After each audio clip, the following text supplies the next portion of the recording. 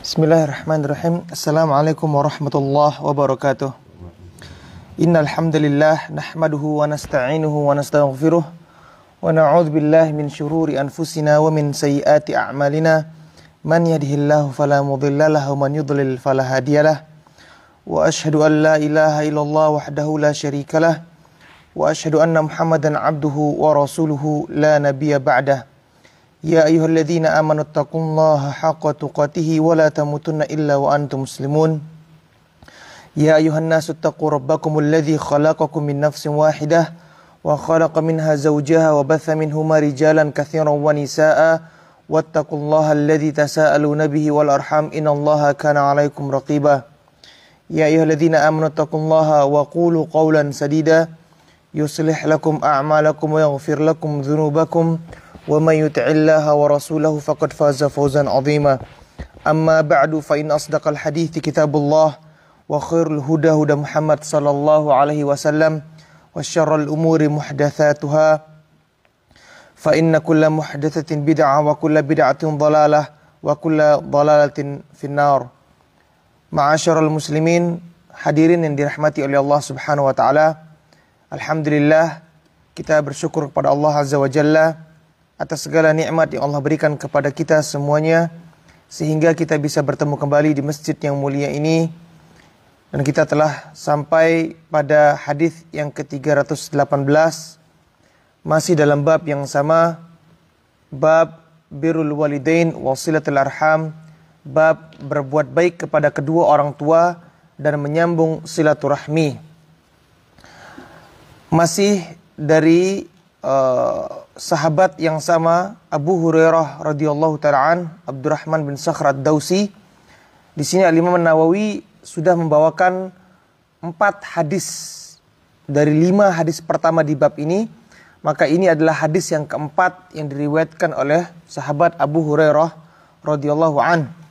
Maka di sini Al-Imam Nawawi mengatakan wa anhu radhiyallahu an anna rajulan qala ya Rasulullah inna li qarabatan asiluhum wa yaqta'uni wa uhsinu ilaihim wa yusi'una ilayya wa ahlumu anhum wa yajhaluna alayya faqala la in kunta kama qulta faka'annama tusaffihumul malla wa la yazalu ma'aka minallahi dhahirun alaihim ma dumta ala dhalik.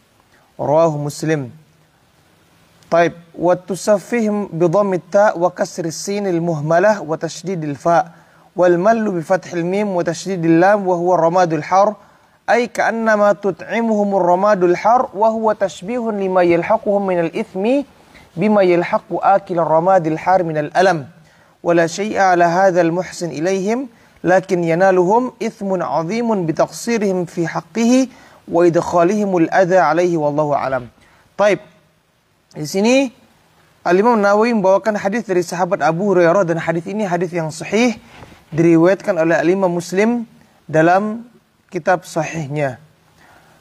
Anna rajulan qala, bahwasanya seseorang pernah berkata kepada Rasulullah sallallahu alaihi wasallam, "Ya Rasulullah, wahai Rasulullah, inna li qarabatan asiluhum wa yaqta'uni."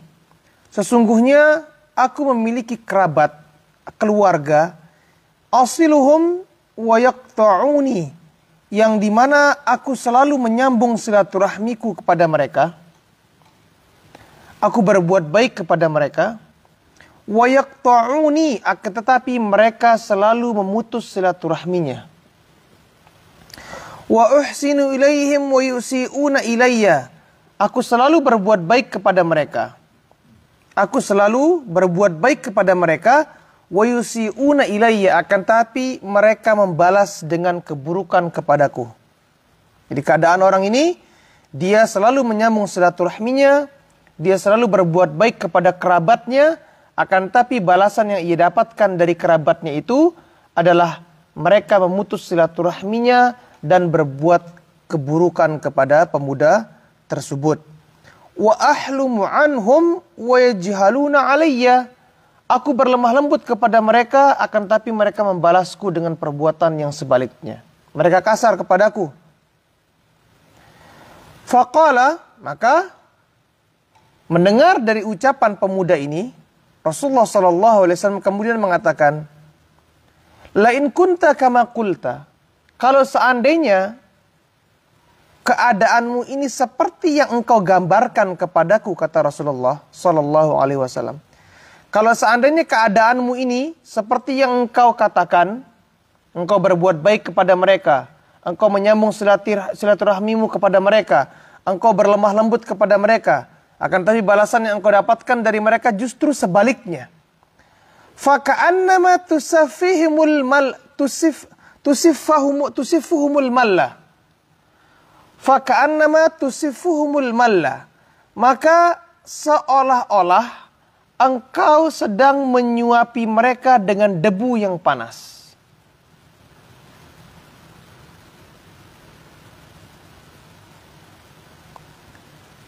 Wala yazalu ma'aka minallahi dhahirun 'alaihim ma dumta 'ala dzalik. Dan jikalau engkau selalu atau senantiasa bersikap seperti yang engkau katakan tadi itu, maka Allah akan senantiasa menjadi penolongmu selama engkau berbuat demikian. Oleh karenanya hadirin dirahmati Allah Subhanahu wa taala, sikap baik kita kepada keluarga kita, menyambung silaturahmi kita kepada keluarga kita, dan berlemah lembutnya kita kepada keluarga kita. Kita memenuhi kewajiban mereka yang ada pada kita. Kita memenuhi hak-hak mereka yang ada pada kita. Kita memenuhi kewajiban kita atas mereka. Jikalau ini senantiasa kita kerjakan, maka Allah Subhanahu wa taala akan senantiasa menjadi pelindung atau penolong kita. Dan kita tidak perlu khawatir dari keburukan yang akan mereka kerjakan, dari sikap kasar mereka, maka mereka akan mendapatkan dosa dari Allah Subhanahu wa taala. Maka di sini disebutkan tusifuhumul malla, kita menyuapi mereka debu yang panas, itu adalah ibarat dari mereka akan mendapatkan dosa dari perilaku yang mereka kerjakan, sebagaimana mereka merasakan kepedihan dan rasa sakit ketika mereka harus menelan debu yang begitu panasnya. Makanya hadirin dirahmati Allah Subhanahu wa taala, saya katakan dari pertemuan yang sebelumnya, yang menjadi skala prioritas kita, yang menjadi tolak ukur kita, yang menjadi fokus dan perhatian kita, bukan bagaimana sikap orang kepada kita, akan tapi bagaimana sikap kita kepada mereka. Karena kalau orang senantiasa yang menjadi tolak ukurnya, yang menjadi fokusnya, yang selalu ia pikirkan adalah bagaimana orang berbuat kepada dirinya. Apakah orang sudah berbuat baik kepada diri saya apa tidak? Kenapa orang berbuat buruk kepada saya? Maka ia tidak akan bisa menjadi orang yang berbuat baik. Banyak orang yang menganggap kalau orang berbuat buruk kepada saya akan membalas perbuatan buruk dengan dirinya. Kalau orang berbuat jahat kepada saya akan membalas perbuatan jahat kepada dirinya. Maka kalau seperti ini mindsetnya, kalau seperti ini yang menjadi pikiran dia, maka akan sulit ia menjadi orang yang baik kepada orang yang terutama kepada keluarganya. Oleh karenanya yang menjadi fokus kita adalah bagaimana kita memperbaiki diri kita. Tidak usah kita gubris bagaimana perbuatan orang kepada diri kita. Yang penting kita berbuat baik kepada mereka, kita menyambung silaturahmi kita kepada mereka, kita berlemah lembut kepada mereka, kita memenuhi hak-hak mereka, maka Allah Subhanahu wa taala akan menjadi penolong kita dan Allah Subhanahu wa taala akan menetapkan pahalanya bagi kita semua. Ini yang menjadi pemikiran seorang muslim. Ya.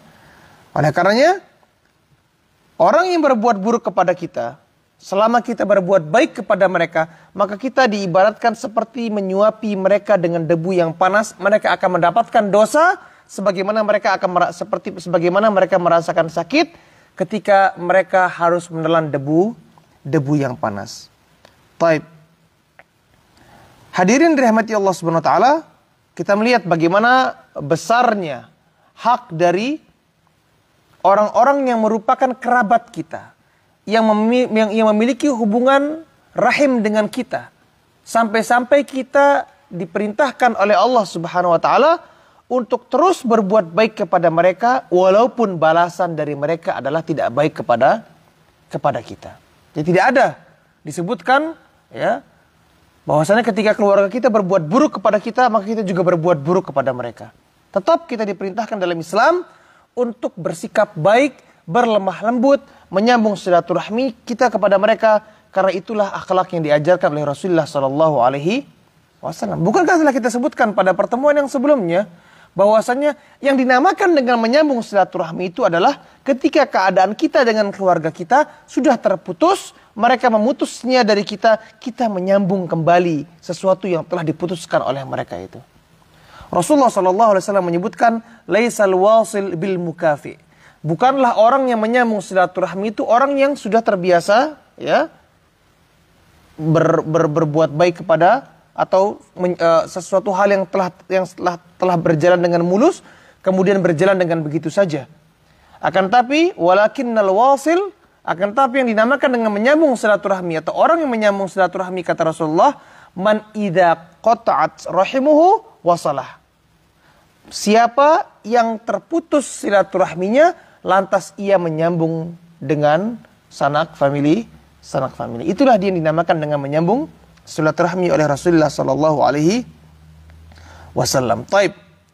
Hadirin dirahmati Allah Subhanahu wa taala, hadis yang berikutnya dari sahabat Anas radhiyallahu anna Rasulullah sallallahu alaihi wasallam qala, bahwasanya Rasulullah sallallahu alaihi wasallam bersabda, man ahabba an yubsata lahu fi rizqihi aw yunsa'a lahu fi atharihi falyasil rahimahu, muttafaqun alaih. Di hadis ini adalah hadis yang sahih, diriwayatkan oleh Al-Imam Bukhari dan Muslim dalam sahih mereka. Dari sahabat Anas bin Malik radhiyallahu an. Jadi Anas bin Malik adalah khadim, pelayan Rasulullah SAW, dan tidak ada kemuliaan yang lebih besar dari seseorang yang dipanggil sebagai orang yang melayani utusan Allah Subhanahu wa taala. Orang yang melayani manusia terbaik sepanjang masa. Ya. Melayani pemimpin umat manusia. Maka ini adalah gelar kehormatan bagi Anas bin Malik yang disebut sebagai khadim Rasulullah SAW, pelayannya Rasulullah SAW. Beliau adalah salah seorang sahabat yang juga termasuk dari 7 orang sahabat yang paling banyak meriwayatkan hadis dari Rasulullah SAW. Disebutkan oleh para ulama sejarah bahwasanya Anas bin Malik ini adalah orang yang diberikan keberkahan oleh Allah Subhanahu wa taala ya, dari doa Rasulullah SAW. Jadi Anas bin Malik ini didoakan oleh Rasulullah dipanjangkan umurnya dan diperbanyak keturunannya. Sampai disebutkan Anas bin Malik ini memiliki anak yang begitu banyak, dan Anas bin Malik termasuk sahabat-sahabat Rasulullah Sallallahu Alaihi Wasallam yang panjang umurnya, sampai Anas bin Malik ini bertemu dengan tabi'in kecil. Jadi sahabat terbagi menjadi 2. Ada sahabat yang senior, ada sahabat yang junior. Tabi'in juga demikian. Ada tabi'in yang senior, ada tabi'in yang junior. Tabi'in yang senior adalah tabi'in yang sempat bertemu dengan sahabat yang senior.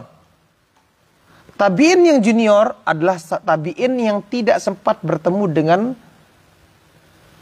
kebanyakan dari sahabat senior. Dan tabi'in junior ini atau tabi'in yang sighar, yang junior, itu sudah dekat jarak kelahiran mereka dengan tabi'ut tabi'in, generasi yang berikutnya. Akan tapi Anas bin Malik disebutkan sampai bertemu dengan tabi'in yang junior, dipanjangkan umurnya oleh Allah Subhanahu wa taala. Taib. Anna Rasulullah sallallahu alaihi wasallam qala, bahwasanya Rasulullah sallallahu alaihi wasallam bersabda, man ahabba an yubsata lahu fi rizqihi.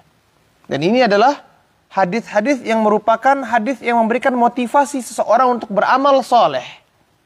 Disebutkan fadilah, keutamaan, keuntungan, pahala, balasan, hadiah dari Allah Subhanahu wa taala bagi orang yang mau berbuat amal soleh ini. Barang siapa yang ingin diluaskan rezekinya, diperbanyak rezekinya, dilipat gandakan oleh Allah Subhanahu wa taala. Wa yunsa'alahu fi atharihi, dan dipanjangkan umurnya. Fal yasil rahimahu, maka hendaklah ia menyambung silaturahminya. Barang siapa yang ingin dipanjangkan, diluaskan rezekinya dan dipanjangkan umurnya, maka hendaklah ia menyambung silaturahmi. Ini adalah keuntungan duniawi bagi seseorang yang beriman. Di mana orang yang beriman tujuan hidupnya adalah untuk beribadah kepada Allah Subhanahu wa taala. Tujuan hidupnya agar ia bisa menegakkan tauhid, beribadah hanya kepada Allah Subhanahu wa taala dan meninggalkan perbuatan kesyirikan. Orang-orang yang beriman ketika mendapatkan keuntungan dari Allah Subhanahu wa taala hal yang ini dalam hidupnya, maka ia memiliki kesempatan untuk terus meraih pahala semakin banyak dan semakin banyak. Kenapa demikian? Ketika dipanjangkan umurnya, maka umur yang dipanjangkan oleh Allah Subhanahu wa taala itu akan ditambah pahalanya. Kenapa? Karena akan bertambah waktu dia untuk beribadah kepada Allah Azza wa Jalla. Diperbanyak rezekinya, sehingga lebih besar kesempatan dia untuk mengeluarkan hartanya di jalan Allah Subhanahu wa taala.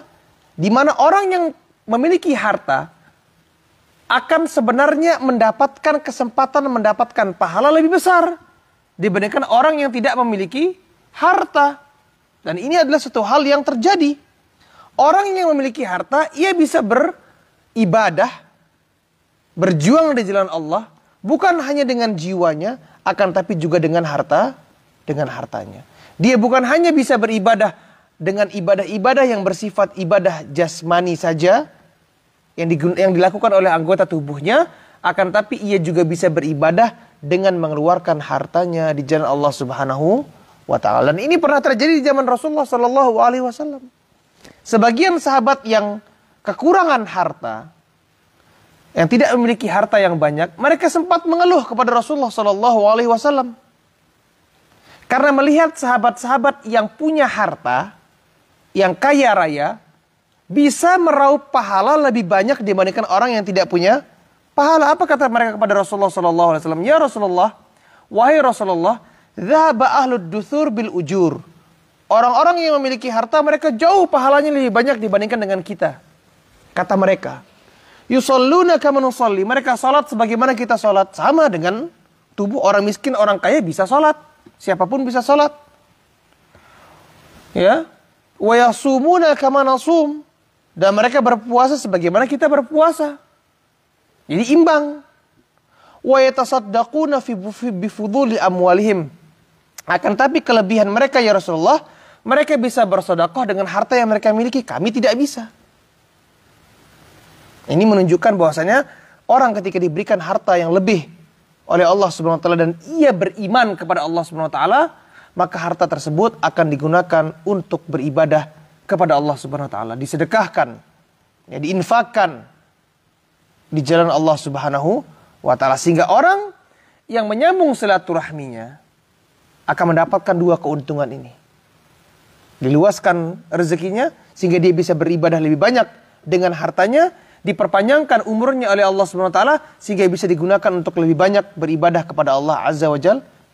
Dan ini keuntungan ini tidak bisa didapatkan melainkan hanya orang-orang yang beriman kepada Allah Subhanahu wa taala. Karena orang yang tidak beriman, ketika dipanjangkan umurnya, maka umur yang dipanjangkan tersebut atau umur yang panjang tersebut akan digunakan ekstra untuk bermaksiat kepada Allah Subhanahu wa taala.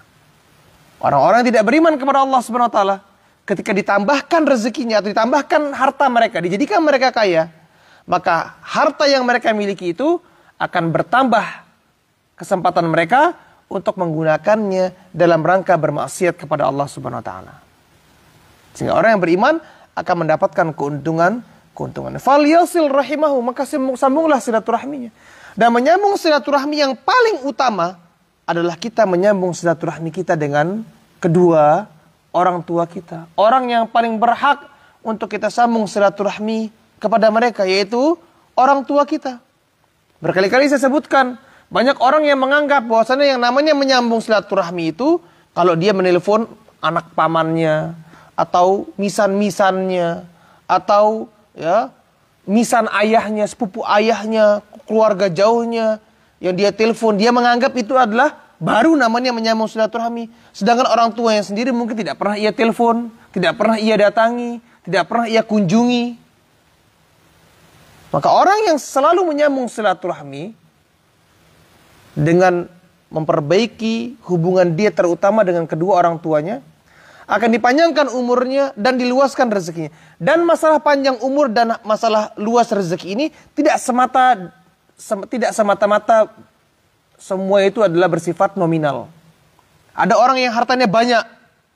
Dia punya harta yang begitu banyaknya. Akan tapi dia tidak kena dengan hadis ini. Kenapa? Karena harta tersebut tidak memberikan keberkahan bagi dirinya. Tidak bermanfaat baik dengannya. Tidak menjadikan dia dekat dengan Allah Subhanahu wa taala. Tidak menjadikan ia sholat kepada Allah Subhanahu wa taala. Tidak menjadikan harta tersebut untuk apa? Disedekahkan di jalan Allah Subhanahu wa taala. Atau dia dipanjangkan umurnya, atau dia memiliki umur yang panjang misalnya. Akan tapi tidak kena dengan hadis ini. Umur yang panjang tersebut tidak mendapatkan keberkahan. Di antara maksud dari dipanjangkan umurnya di sini dalam hadis ini disebutkan oleh para ulama adalah dijadikan umurnya itu walaupun singkat akan tapi berbobot. Umurnya itu singkat, akan tapi penuh dengan apa? Dengan pahala dari Allah Subhanahu wa taala. Dia mungkin hanya berusia 50 tahun. Akan tapi 50 tahun tersebut bisa ia dapatkan pahala sebagaimana teman-teman yang lainnya mungkin berusia sampai 85, 90 tahun. Kita lihat bagaimana Al-Imam Syafi'i rahimahullah, ya, atau Al-Imam Nawawi rahimahullah, semuanya meninggal di usia yang muda. Hanya 50 tahun disebutkan dalam kitab-kitab para ulama. Akan tapi kita lihat karyanya Al-Imam Nawawi. Kalau ada ulama di zaman sekarang yang berusia 50 tahun, ya, mungkin 1000 ulama pun kita kumpulkan bekerja sama untuk membuat karya-karya sebagaimana karya yang telah dibuat oleh Al-Imam Nawawi dalam hidupnya, kitab-kitabnya, karya-karya beliau, maka tidak akan ada mungkin yang bisa menyaingi Al-Imam Nawawi rahimahullah. Menunjukkan apa? Berkah umurnya hanya 50 tahun. Allah jadikan dia berkarya sehingga orang yang punya umur 100 tahun pun mungkin tidak mampu menandingi karya-karya yang dibuat oleh Al-Imam An-Nawawi. Hadirin dirahmati Allah Subhanahu wa taala, kita lanjutkan hadis yang ke-320. Wa anhu, masih dari sahabat Anas bin Malik radhiyallahu an, qala, beliau bersabda, kana Abu Talhah aktsarul ansar bil Madinah malan min nakhl. Bahwasanya Abu Talhah, jadi ada seorang sahabat yang bernama Abu Talhah, aktsarul ansar bil Madinati malan, adalah salah satu sahabat Ansor yang paling kaya, yang paling banyak hartanya. Jadi sahabat terbagi dua, dikategorikan sahabat yang bernama atau yang merupakan golongan al-muhajirun, yaitu orang-orang penduduk asli Mekah yang ikut hijrah bersama Rasulullah SAW ke kota Madinah. Orang-orang yang tinggal di kota Madinah, yang menyambut Rasulullah dan rombongan sahabat-sahabatnya yang hijrah ke kota Madinah, mereka dinamakan dengan orang-orang Al-Ansor, yang menolong Rasulullah SAW dan para sahabatnya. Nah, Abu Talhah ini salah satu saudagar di kota Madinah. Dan dia kayanya dari apa? Min nakhlin. Dia saudagar kurma. Punya kebun kurma yang begitu besar. Dan sebagaimana kita ketahui, kalau kita pergi umroh, Madinah termasuk kota yang memproduksi atau menghasilkan kurma yang paling banyak, juga salah satunya di Arab Saudi. Di sana kebun kurma, di sini kebun kurma, sehingga orang yang punya kebun kurma di di Madinah itu pasti orang kaya. Ya, orang yang punya kebun kurma itu pasti orang kaya. Nah, Abu Talha ini kayanya itu karena dia punya kebun kurma yang banyak. Wa kana ahabbu amwalihi ilaihi bayraha. Punya kebun yang banyak, ada kebun di utara, kebun di selatan, kebun A, kebun B, ada kebun di pinggiran kota, di dalam kota dan lain sebagainya. Akan tapi kebun yang paling ia cintai adalah Bayroha. Itu nama kebunnya. Kebun yang paling ia cintai. Wa kanat mustaqbilatal masjid. Kebunnya ini persis face to face menghadap Masjid Nabawi. Persis kebun ini di depan Masjid Nabawi. Wa kana Rasulullah sallallahu alaihi wasallam yadkhuluha wa yashrabu min ma'in fiha tayyibin. Dan Rasulullah SAW itu biasa suka masuk dalam kebun itu, mampir dan makan buah kurma dari sana dan minum dari kebun tersebut. Sehingga itu kebun yang spesial. Bukan hanya dekat dengan Masjid Nabawi, tapi juga kebun yang sering dikunjungi oleh Rasulullah SAW. Mendapatkan keistimewaan. Banyak kebun-kebun di sekitar Masjid Nabawi pada saat itu. Akan tapi Rasulullah seringnya masuk ke Bayroha ini, ke kebunnya Abu Talha ini untuk apa? Makan 1-2 petik kurma dan minum air dari sana. Mendapatkan kehormatan, dikunjungi oleh Rasulullah sallallahu alaihi wasallam. Falamma nazalat hadhil ayah, dan ketika turun ayat lan tanalul birra hatta tunfiqu mimma tuhibbun wa ma tunfiqu min syai'in fa innallaha bihi alim. Ketika turun ayat dalam surat Ali Imran ayat ke-92, ketika Allah berfirman, sesungguhnya kalian tidak akan mendapatkan kebaikan. Kalian tidak akan mendapatkan kebaikan sampai kalian menginfakkan, memberikan, menyedekahkan hal-hal yang paling kalian cintai. Dan saya rasa hadis ini pernah kita sampaikan pada pertemuan-pertemuan sebelumnya. Ketika orang itu bersedekah, maka ada 2 pilihan. Dia bersedekah dengan hartanya yang biasa, atau dia bersedekah dengan hartanya yang spesial. Maka yang pertama, pahalanya ya sesuai dengan kadar ya yang ia berikan. Akan tapi ketika dia memberikan atau menginfakkan sesuatu dari harta yang paling ia cintai, maka ini akan mendatangkan pahala yang ekstra dari Allah SWT tentu saja. Karena di sini disebutkan, kalian tidak akan mendapatkan kebaikan sampai kalian menginfakkan sesuatu yang paling kalian cintai. Qama Abu Talha ila Rasulullah sallallahu alaihi wasallam. Ketika mendengar ayat itu turun, Abu Talha langsung mendatangi Rasulullah. Faqala ya Rasulullah, dan ia mengatakan, wahai Rasulullah, innallaha tabaraka wa ta'ala yaqul, sesungguhnya Allah Subhanahu wa taala berfirman, lan tanalul birra hatta tunfiqu mimma tuhibbun. Sesungguhnya kalian tidak akan mendapatkan kebaikan sampai kalian menginfakkan dari apa yang kalian cintai. Wa ma tunfiqu min syai'in fa innallaha bihi alim. Dan apa yang kalian infakkan sesungguhnya Allah Maha tahu. Jadi jangan kita menyangka hal-hal sepele yang kita infakkan kemudian luput dari catatan Allah Subhanahu wa taala. Semuanya akan balas oleh Allah Subhanahu wa taala walaupun itu hal yang sangat kecil. Wa inna ahabba mali ilayya Bayroha. Sesungguhnya ya Rasulullah, harta yang paling aku cintai adalah kebunku Bayroha ini, kata Abu Talha. Wa innaha sadaqatun lillahi ta'ala. Karena mendengar ayat itu ya Rasulullah, kebunku ini aku sedekahkan untuk Allah Subhanahu wa taala, untuk kaum muslimin. Aku sedekahkan, kata Abu Talha. Perbuatan yang sangat luar biasa. Perbuatan yang sangat agung. Kita bisa bayangkan bagaimana pahala yang didapatkan oleh Abu Talha memberikan kebun.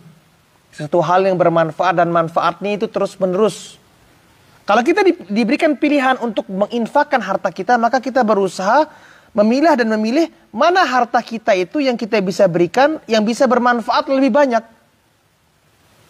Kita harus cerdas. Ketika kita memberikan harta kita berikan sesuatu yang bisa bermanfaat panjang lebar. Makanya di antara sedekah yang paling baik itu adalah ketika kita mengalirkan air, bikin sumur, bor sumur. Karena selama air itu terus-menerus diambil oleh kaum muslimin, terus-menerus kita mendapatkan pahala dari Allah Subhanahu wa taala yang berkesinambungan. Dan kebun kurma ini disedekahkan oleh Abu Talha selama buahnya berbuah, diambil oleh kaum muslimin misalnya. Diambil airnya untuk minum di sana misalnya. Terus ia akan mendapatkan pahala dari Allah SWT. Ini suatu hal yang sangat luar biasa. Apakah sampai di sini? Arju birroha wa dukhroha indallahi ta'ala. Yang dimana aku jadikan ia ini sedekah ya Rasulullah untuk Allah. Aku mengharapkan mendapatkan kebaikan dari sedekahku ini. Dan aku mengharapkan ini menjadi tabunganku di hari kiamat kelak. Fadha'ha ya Rasulullah haitsu arakallah. Maka ya Rasulullah, engkau atur, berikan kepada siapapun yang engkau inginkan. Ini aku serahkan kepada engkau ya Rasulullah. Faqala Rasulullah. Kemudian Rasulullah SAW bersabda, bah, dzalika malun rabih. Dzalika malun rabih. Bah dalam bahasa Arab itu adalah ungkapan dari ketakjuban. Ungkapan dari suatu hal yang kita takjub melihatnya, itu bah. Dzalika malun rabih. Sungguhnya hartamu itu harta yang menguntungkanmu, wahai Abu Talha. Sungguhnya hartamu itu harta yang menguntungkan bagi dirimu. Karena banyak harta yang justru menjerumuskan pemiliknya kepada kebinasaan. Tidak sedikit orang punya harta tapi hartanya itu menggiring dia kepada kebinasaan.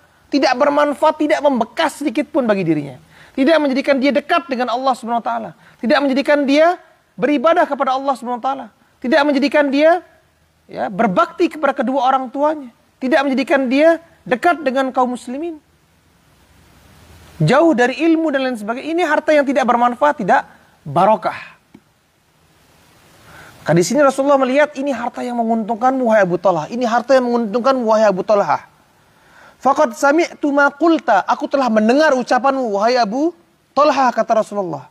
Wa inni ara an taj'alaha fil aqrabin. Akan tapi, dan tentu saja Rasulullah SAW senantiasa berusaha untuk memberikan yang terbaik bagi umatnya. Menggiring umatnya untuk mendapatkan yang terbaik. Itu sudah apa? Sikap dari Rasulullah SAW sebagai rahmat lil alamin. Begitu sayangnya kepada umatnya. Begitu cintanya kepada umatnya. Harisun, semangat agar umatnya ini enggak hanya dapat pahala yang biasa-biasa saja. Tapi untuk mendapatkan pahala yang lebih besar lagi. Itu inginnya Rasulullah. Maka Rasulullah, apa kata Rasulullah? Wa inni ara tajahala fil aqrabin. Menurutku sebaiknya engkau berikan kepada sanak familimu, keluargamu, saudaramu. Agar engkau mendapatkan pahala yang lebih besar. Kalau yang tadi saja saya telah jelaskan, kalau seandainya kebun itu diberikan kepada kaum muslimin, sudah menjadikan pahala yang begitu besarnya, dahsyatnya. Kalau mau dapat pahala lebih besar lagi, perhatikan keluargamu, perhatikan saudaramu. Dia adalah orang yang paling pertama untuk engkau, atau orang yang paling berhak untuk mendapatkan kebaikan dari dirimu. Baik itu kebaikan dari sikapmu, kebaikan dari hartamu, kebaikan dari tutur bahasamu. Keluarga kita orang yang paling berhak mendapatkan hal-hal tersebut dari kita yang pertama. Maka Rasulullah mengatakan apa? Sebaiknya harta ini engkau berikan kepada keluargamu. Banyak orang yang memberikan prioritas orang lain didahulukan. Baik sama orang lain. Yang dibantu orang lain. Saudaranya nggak dibantu. Adiknya nggak dibantu. Kakaknya tidak dibantu. Orang tuanya nggak dibantu. Baik kalau bantu orang, tapi bantu keluarga sendiri pun tidak. Maka ini kekeliruan yang sangat besar. Ini adalah kekeliruan yang sangat fatal. Yang kita diperintahkan dalam Islam adalah apa? Memberikan prioritas untuk siapa? Untuk keluarga kita sendiri yang pertama. Dalam segala hal. Kalau setiap orang mukmin yang beriman punya skala prioritas seperti ini, maka semua orang akan mendapatkan kebaikan. Kenapa? Si A berbuat baik kepada keluarganya, si B berbuat baik kepada keluarganya, si C berbuat baik kepada keluarganya. Dan semua adalah keluarga dari orang yang lainnya. Kalau setiap dari mereka berbuat baik kepada keluarganya sendiri, pertama-tama, maka kebaikan itu akan apa? Akan ya'um, akan menjadi meluas. Faqala Abu Talha. Maka ketika Abu Talha mendengar saran dari Rasulullah untuk membagi atau memberikan kebunnya itu kepada sanak familinya, maka Abu Talha mengatakan, af'alu ya Rasulullah. Baik, aku akan kerjakan wahai Rasulullah. Faqasamaha Abu Talha fi aqaribihi wa bani ammihi. Maka Abu Talha kemudian membagi-bagi kebunnya itu kepada kerabatnya dan anak-anak pamannya, yaitu sepupu-sepupunya. Jadi itulah di Islam. yang dibawa oleh Rasulullah Sallallahu Alaihi Wasallam, mengajarkan kepada kita untuk menyambung silaturahmi kita, berbuat baik kepada kedua orang tua kita terutama, kemudian kepada saudara-saudara kita, kemudian kepada paman-paman kita, bibi-bibi kita, kemudian kepada anak paman kita dan anak bibi kita. Itu adalah orang-orang yang mendapatkan skala prioritas dari kita. Bukan kita tidak boleh untuk berbuat baik kepada orang yang lainnya atau orang yang tidak punya hubungan keluarga. Kita tetap berbuat baik kepada mereka. Akan tapi kalau kita dihadapkan kepada dua pilihan, mana yang saya dahulukan? Apakah keluarga saya yang membutuhkan atau orang lain yang membutuhkan?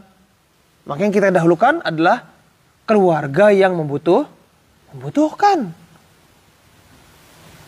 Kalau dua-duanya dalam keadaan saling membutuhkan. Tapi kalau keluarga kita misalnya tidak dalam kondisi yang membutuhkan, akan tapi ada orang lain yang bukan keluarga kita yang membutuhkan, maka di sana kita melihat di mana harta tersebut yang jauh lebih bermanfaat. Kalau lebih bermanfaat membantu keringanan orang yang bukan keluarga kita, namun ia sangat-sangat membutuhkan, maka pada saat itu kita berikan kepada orang yang bukan keluarga kita, akan tapi dia membutuhkan. Karena di saat yang sama, keluarga kita itu misalnya dia sudah berkecukupan. Bisa difahami hadirin yang dirahmati Allah SWT?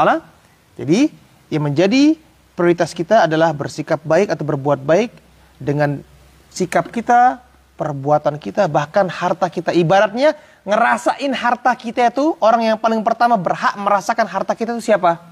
Keluarga kita, orang tua kita, saudara kita. Sebelum orang-orang yang lainnya. Hadirin dirahmati Allah Subhanahu wa taala, mungkin ini yang bisa kita sampaikan pada pertemuan kali ini. Kurang lebih saya mohon maaf. Insyaallah kita akan lanjutkan pada pertemuan berikutnya. Kebenaran yang saya ucapkan datangnya dari Allah Subhanahu wa taala, dan kesalahan yang saya ucapkan datangnya dari diri saya dan dari setan. Saya tutup sampai di sini. Subhanakallahumma bihamdika asyhadu an la ilaha illa anta astaghfiruka wa atubu ilaik. Assalamualaikum warahmatullahi wabarakatuh.